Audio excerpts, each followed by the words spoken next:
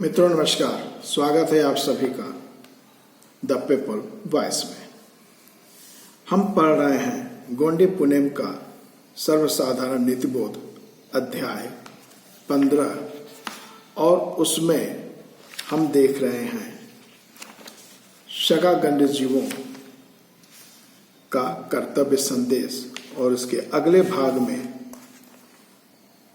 हम बात करेंगे सगा संगीना कयों सगा मित्रगणों का कर्तव्य, बनोर बनियरकना कयों मालिक और मजदूर का कर्तव्य, सगा सियानो करना कयों सगा पंचों का कर्तव्य।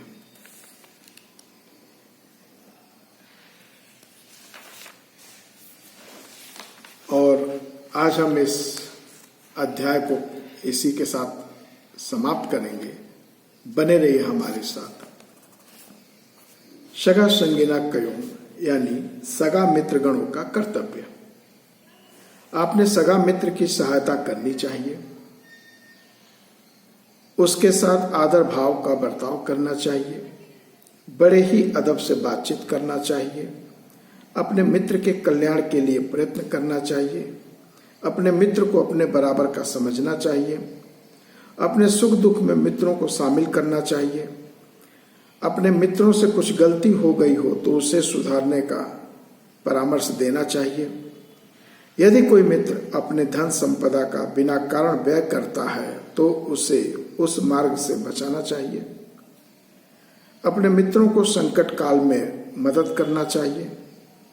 मित्र के परिवार सदस्यों पर स्नेह करना चाहिए। ये सगा मित्रगणों के प्रति आपका कर्तव्य है।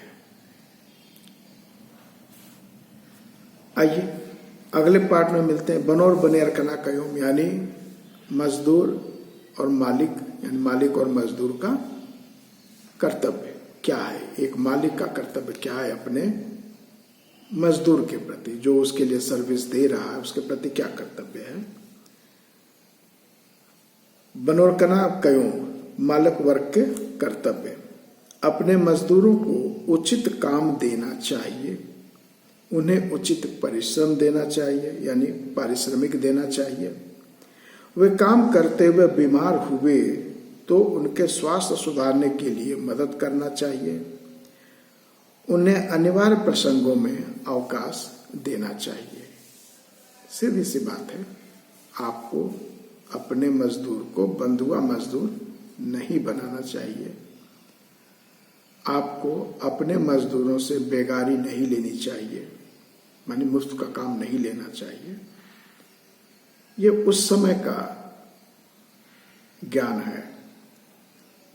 तो जब मालिक का कर्तव्य मजदूर के लिए है तो मजदूर का कर्तव्य क्या होगा। बनियरकना कयों मजदूरों का कर्तव्य, अपने मालिक का मान सम्मान करना चाहिए। मालिक की और से जो कुछ भी मिले उसे स्वीकार करना चाहिए। देखिए यहां लिखा गया है मालिक की ओर से जो कुछ भी मिले उसे स्वीकार करना चाहिए, लेकिन मालिक की कर्तव्य है कि उसको उचित मजदूरी यानी उचित पारिश्रमिक देना चाहिए।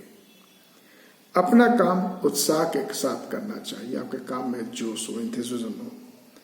मालिक के साथ आदर भाव का व्यवहार करना चाहिए। अगला है सगा सियानोर कना कयों सगा पंचों का कर्तव्य। पहले गांव की पंचायती व्यवस्था, चटाई व्यवस्था होती थी और उसके जो पंच होते थे, मुंशी प्रेमचंद जी ने अपनी कहानी में लिखा है पंच परमेश्वर, यानी वो जो पंच है वो परमेश्वर के रूप है। तो इन पंचों का क्या कर्तव्य है वो गोंडी पुनेम दर्शन में साफ साफ बताया गया है। सगा सियानोर यानी सगा समुदाय के पंच। गोंडी भाषा में सियान का अर्थ पंच ऐसा होता है, यानी यहाँ पे सियान का जो प्रयोग है वो पंच के रूप में है, जिस पर से सियानोर यानी पंच कमेटी के सदस्य ऐसा अर्थ होता है। सियानोर का मतलब हुआ पंच कमेटी के सदस्य यानी पंचायत समिति के सदस्य। कोया वंशी गोंड समुदाय के सगा पंचों के कर्तव्य की जानकारी गोंड समुदाय में प्रचलित पंचायत व्यवस्था का अध्ययन करने से प्राप्त होती है, जो इस प्रकार है। पहला, नार सियानोर्क। नार मतलब गांव, सियानोर्क मतलब जो पंचायती समिति के सदस्य हैं, तो ग्राम पंच उनको कहा जाता है। ग्राम पंचों का कर्तव्य क्या है? सगा गंड जीवों की शिकायतों को दर्ज करना, शिकायतों पर विचार विमर्श कर सबूतों के आधार पर सर्वसम्मति से निर्णय करना चाहिए। सगा समुदाय के नीति मूल्यों का उल्लंघन करने वाले को दंडित करना, सामुदायिक, धार्मिक तथा जमीन जायदाद आदि के मामलों को सर्वसम्मति से सुलझाना, सगा समुदाय के सामूहिक पर्वों को मनाने हेतु उचित व्यवस्था सभी के सहयोग से करना, सगा समुदाय के युवक युवतियों के संबंध प्रस्थापित कर शादी विवाह करा देना, सगा समुदाय के गंड जीवों की दिक्कतों को एक दूसरे के सहयोग से दूर करना, अनसुलझे मामलों को मुंडेदार सियान गण कमेटी जो 12 ग्रामों के मुखियों से बनी होती है उसे सौंपना। 12 ग्राम का अब आज के समय में क्या है, 12 ग्राम का मतलब हो गया न्याय पंचायत स्तर। जो चीज हमारे यानी कि गांव के पंचायत के स्तर पर नहीं सुलझी उसे न्याय पंचायत स्तर पर भेजना। जो मुंडेदार सियान गणों का क्या कर्तव्य है? जो 12 गांव का मिलाकर के पंच बने हैं उनका क्या कर्तव्य है? ग्राम सियान गणों के अनसुलझे मामलों को स्वीकार कर दर्ज करना, यानी ग्राम पंचों के जो मामले आए हैं उनको सुनकर मामलों को, जो उनसे अनसुलझे मामले हैं उनको दर्ज कर लेना, रिकॉर्ड करना। हर 3 ओमान, यानी हर ओमान का मतलब महीने, यानी हर 3 महीने, तो क्या बोलेंगे, क्वार्टरली, त्रैमासिक। क्वार्टरली का मतलब हर 4 महीना, हर 3 महीना यानी 1 साल का 4 भाग, तो 3 ओमान महीनों क्वार्टरली में सभा बुलाकर उन मामलों पर विचार विमर्श कर सर्वसम्मति से निपटारा करना। तो मुंडेदार सियान की बैठक हर तीसरे महीने होती, यानी साल में 4 बैठक इनकी होगी, और उसी बैठक में वो विचार विमर्श करेंगे और मामले को सुलझाएंगे। अनसुलझे मामलों को गढ़ा सियान गणों की सभा को सौंपना। अब जो मामले उनसे निस्तारित नहीं हुए वो कहाँ भेजेंगे? गढ़ा सियान। गढ़ा सियान का मतलब हो गया, अब वो जैसे यहाँ जिला हो गया है ना, तो उस तरह वो जिला हो गया। गढ़ा सियान गणों के कर्तव्य क्या है? गढ़ा सियान तक गढ़ को जिला भी बोला जाता है, कोट भी बोला जाता है। मुंडेदार सियान गणों की सभा के अनसुलझे मामलों को स्वीकार करना, वर्ष में एक बार गढ़ या परगना गढ़ में सभा करना। अब इनका वार्षिक बैठक होती है, गढ़ या परगना गढ़। सभी मामलों पर विचार विमर्श कर उनका निपटान करना। अनसुलझे मामलों को राजगढ़ के सियान गणों की सभा को सौंपना। राजगढ़ या राजगढ़ का मतलब क्या होगा? वो राजा के पास, राजा की जो न्यायिक व्यवस्था है उसमें। तो ये चीज हो गई। ये ठीक उसी तरह है जैसे आपका जिला स्तरीय अदालत, फिर हाई कोर्ट और फिर सुप्रीम कोर्ट। तो वहां उस समय राजतंत्र चलता था, राजाओं के राज्य होते थे, तो अंतिम निर्णय जो है फिर राजा के न्यायिक समिति से होता था, जिसको गढ़ सियान बोला जाता था, राजगढ़ सियान बोला जाता था। तो राजगढ़ सियान गणों के क्या कर्तव्य हैं? गढ़ सियान गणों के सभा के अनसुलझे मामलों को स्वीकार कर दर्ज करना, यानी जो गढ़ा सियान आएगा जो आप परगना गढ़ कहिए या गढ़ कहिए, उनके द्वारा जो अनसुलझे मैटर होते हैं उनको स्वीकार कर लेना और उन पर उचित विचार विमर्श कर अंतिम निर्णय देना। ये राजगढ़ सियान की, राजगढ़ के जो पंचायत है उसकी ये जिम्मेदारी है। इस तरह कोयावंशी गोंड समुदाय की न्याय पंचायत व्यवस्था अनादिकाल से कायम है, परंतु इस देश की सरकार ने उनकी रिवाजी कानून व्यवस्था को महत्व नहीं दिया है। यह दुख की बात है। यह ऐसी न्याय व्यवस्था है जो पूर्ण रूप से गणतंत्र के तत्वों पर आधारित है। प्राचीन काल में कोयावंशी गणजीवों के गणराज्यों में विभाजित प्रशासन व्यवस्था थी। गणराज्यों का अर्थ ही गणजीवों का राज्य होता है। जो शेड्यूल 6 है, इसके अंतर्गत जो आदिवासी क्षेत्र हैं, शेड्यूल एरियाज हैं, वहां पे पूरे प्रशासन की जिम्मेदारी वहां की ग्राम सभाओं की होती है। ग्राम सभा में वो सभी निर्णय लिए जा सकते हैं जो भारतीय दंड विधान के तहत, जिसमें दंड 2 साल से कम होता है।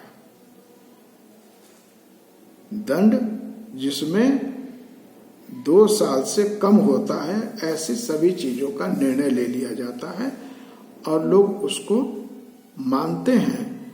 उससे अस्वीकृत होने के बाद वो एरिया के न्यायालय में जाते हैं। इसके लिए आप शेड्यूल 6 पढ़िए। शेड्यूल ये अनुसूचित जनजातियों के जो अनुसूची 5 और अनुसूची 6 है, उसका अध्ययन करिए, वहां बड़ा स्पष्ट दिया हुआ है। कोयावंशी समुदाय के सभी गणजीव वर्ष में एक बार अपने अपने पेनगढ़ों में परसापेन शक्ति की उपासना करने हेतु जमा होते हैं और उनके पुणे मुठवा पांदी पारी गोपाल लिंगों के द्वारा दिया गया जय सेवा मंत्र का परिपालन करने की प्रतिज्ञा करते हैं। उनके हाथों से यदि जाने अनजाने में कुछ गलत कार्य हो जाता है तो वे अपने इष्ट शक्ति के सामने अपने गलत कृत्य का निवेदन कर प्रायश्चित करते हैं और दंडित भी करते हैं। इस विधि से उनका मन निर्मल हो जाता है। इस बुरे कर्म निवेदन विधि को जो आप कॉन्फेस करते हैं, ईसाई समुदाय में भी कॉन्फेसिंग सिस्टम है। किसी ने कुछ गलत किया और उसको कॉन्फेस करना चाहता है तो वो चर्च में जाता है, वहाँ एक अलग कमरा होता है या एक कक्ष बनाया जाता है। कक्ष के उस पर फादर होता है, यानी उस चर्च का पादरी होता है, और इस पर वो व्यक्ति होता है। दोनों एक दूसरे को नहीं देख सकते, केवल ये मालूम है कि वो मेरी बात सुन रहा है। तो कुछ इसी तरह का ये व्यवस्था था। और इस विधि को जो ये स्वीकार कर रहे हैं, कन्फेस कर रहे हैं, इस विधि को गोंडी भाषा में तलाकोटिन्ना विधि कहा जाता है। इसका अर्थ ही अपराध मूलक बंधन से मुक्ति पाना ऐसा होता है।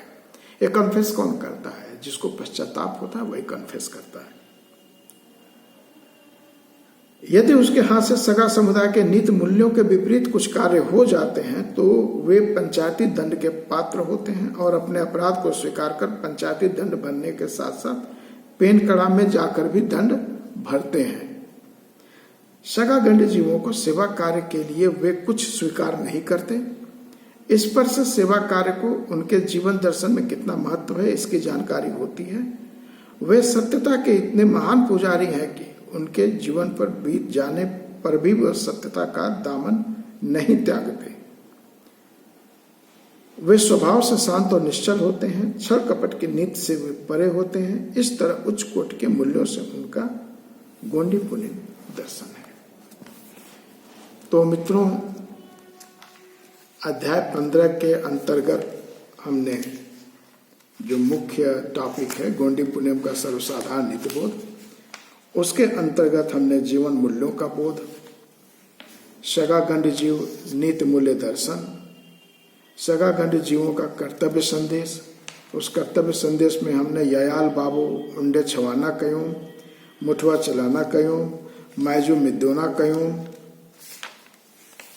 फिर सगा संगीना कयूं, बनोर बन्या करना कयूं, सगा सियानोर करना कयूं।